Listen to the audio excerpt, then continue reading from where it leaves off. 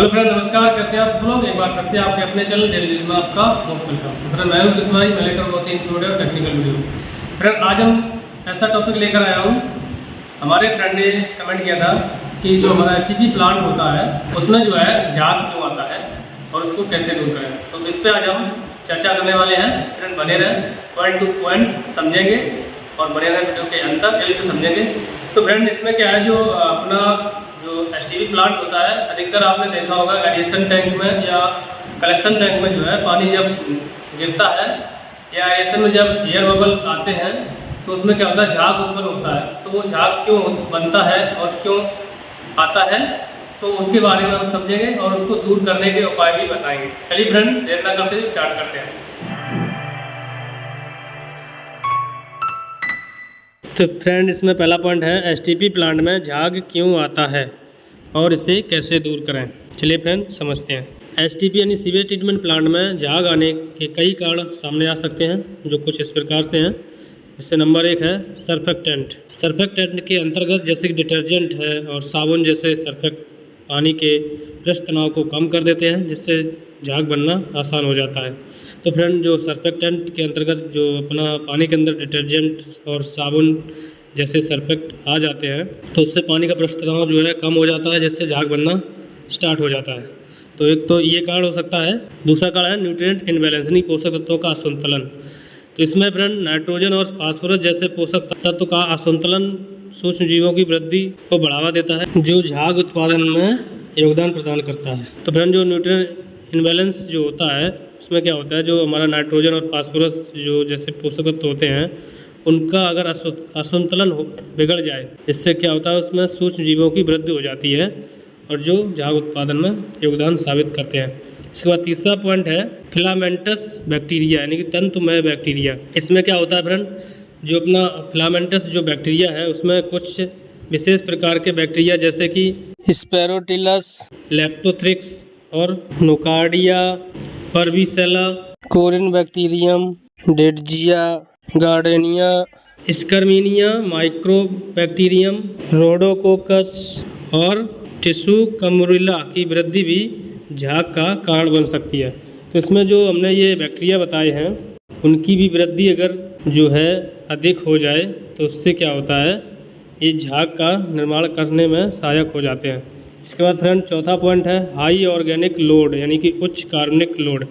इसमें क्या होता है फ्रेंड, जैसे अपशिष्ट जल में अधिक मात्रा में कार्बनिक पदार्थ जैसे वसा, तेल, ऑयल, ग्रीस वगैरह जो आता है उसकी वृद्धि ज़्यादा हो जाए, अधिक मात्रा में अगर वो पानी के अंदर आ जाता है तो झाग बनने के कारण पैदा हो जाते हैं। तो उसके लिए फ्रेंड हम लोग क्या करते हैं, ऑयल ग्रीस चैम्बर बनाते हैं, जिससे उसमें से ऑयल ग्रीस को वहाँ से अलग कर लिया जाता है। इसके बाद फ्रेंड 5 पॉइंट है मैकेनिकल रीजन यानी कि यांत्रिक कारण।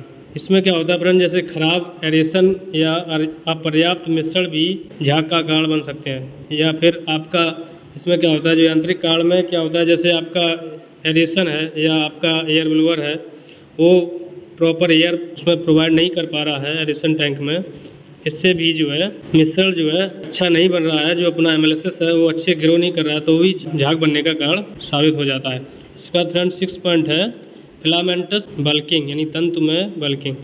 इसमें होता है फ्रेंड, जैसे कुछ बैक्टीरिया की वृद्धि से फिलामेंटस बल्किंग होता है, जो झाग और कीचड़ के निर्माण में योगदान करता है। जो अपना तंतुमय बल्किंग होता है उसमें क्या होता है, जो बैक्टीरिया की वृद्धि से फिलामेंट्स बल्किंग होता है, जो झाग और कीचड़ के निर्माण में योगदान करता है। फिलामेंट बल्किंग का मतलब होता है यानी कि बैक्टीरिया का समान रूप से बढ़ना। ठीक है फ्रेंड। तो फ्रेंड, अभी हमने समझा झाग क्यों बनता है STP प्लांट में, तो उसके बारे में समझा। आप समझते हैं यानी झाग को दूर कैसे करें यानी कि इसको कम कैसे किया जाए, उसके उपाय जानते हैं। चलिए फ्रेंड, तो वेज टू रिडक्ट फॉर्मिंग यानी कि झाग को कम करने के उपाय। तो फ्रेंड, झाग को कम करने के निम्न उपाय किए जा सकते हैं। नंबर 1 है redact the amount of surfactant यानी सर्फेक्टेंट की मात्रा को कम करें। तो फ्रेंड, सर्फेक्टेंट में जैसे मैंने अभी बताया था, डिटर्जेंट और साबुन के जैसे सर्फेक्ट जो है ज़्यादा बढ़ जाते हैं, जिससे कि पानी का जो पृष्ठ तनाव है वो कम हो जाता है, जिससे झाग बनना स्टार्ट हो जाता है। तो इसमें क्या करना है, इसमें डिटर्जेंट और जो अपना साबुन है उसकी मात्रा को कम करके झाग को कम किया जा सकता है।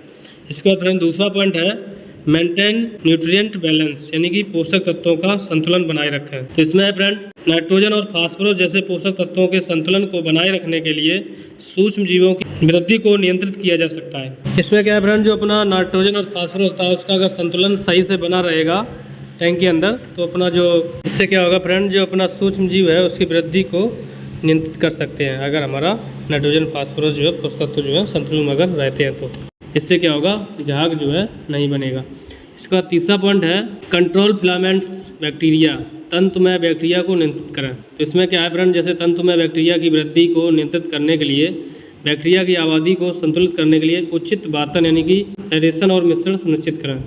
तो फ्रेंड, तंतुमय बैक्टीरिया की वृद्धि को नियंत्रण करने के लिए हम लोगों को क्या करना होता है, जो बैक्टीरिया की आबादी है उसको संतुलित करने के लिए, यानी कि जो हमारा बैक्टीरिया है वो ज़्यादा वृद्धि ना करे या डेड पोजीशन में ना जाए, यानी कि लिमिट लेवल में वो ग्रो करता रहे और अपने जीविका को संतुलित बनाए रखने के लिए उसमें हम लोग क्या करते हैं, जो एरेशन होता है उसमें हम लोग एयर का जो सर्कुलेशन होता है और मिश्रण जो होता है उसको हम एक नियमित मात्रा में उसको सुनिश्चित करते हैं, जिससे झाग बनने के कारण खत्म हो जाते हैं। इसके बाद फ्रेंड चौथा पॉइंट है रिडक्ट हाई ऑर्गेनिक लोड, यानी कि उच्च कार्बनिक लोड को कम करें। तो इसमें क्या होता है फ्रेंड, हाई कार्बनिक लोड के बारे में सोचते हैं।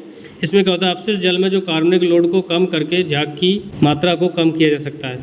तो अपशिष्ट जल में जो कार्बनिक लोड होते हैं उसमें क्या आता है, वसा, तेल, ग्रीस वगैरह जो आता है उसको हम लोग कम करके जो है झाग कम कर सकते हैं। इसके बाद 5 पॉइंट है इम्प्रूव एरेशन एंड मिक्सिंग, यानी वातन और मिश्रण को बेहतर बनाएं। तो बेहतर बनाने के लिए हम लोग क्या करना पड़ता है, जो एरेशन और मिश्रण है उसको बेहतर बनाने के लिए हम लोग एयर ब्लोअर को प्रॉपर ढंग से मेंटेन रखें, और जो हमारा एरेशन में जो हमारे एयर डिफ्यूज़र वगैरह लगे रहते हैं उसको भी टाइमली चेकअप करते रहें। कोई डिफ्यूज़र जैसे चौक हो जाता है या फट जाता है तो उसको चेंज करते रहें, और टाइमली जो है टैंक की क्लीनिंग भी करते रहें, जिससे जो है जो हमारा एरेशन है और जो उसके अंदर जो मिश्रण रहता है वो अच्छे से ग्रो करता रहे, और एरेशन का जो एयर का सर्कुलेशन है वो अच्छे से बना रहे।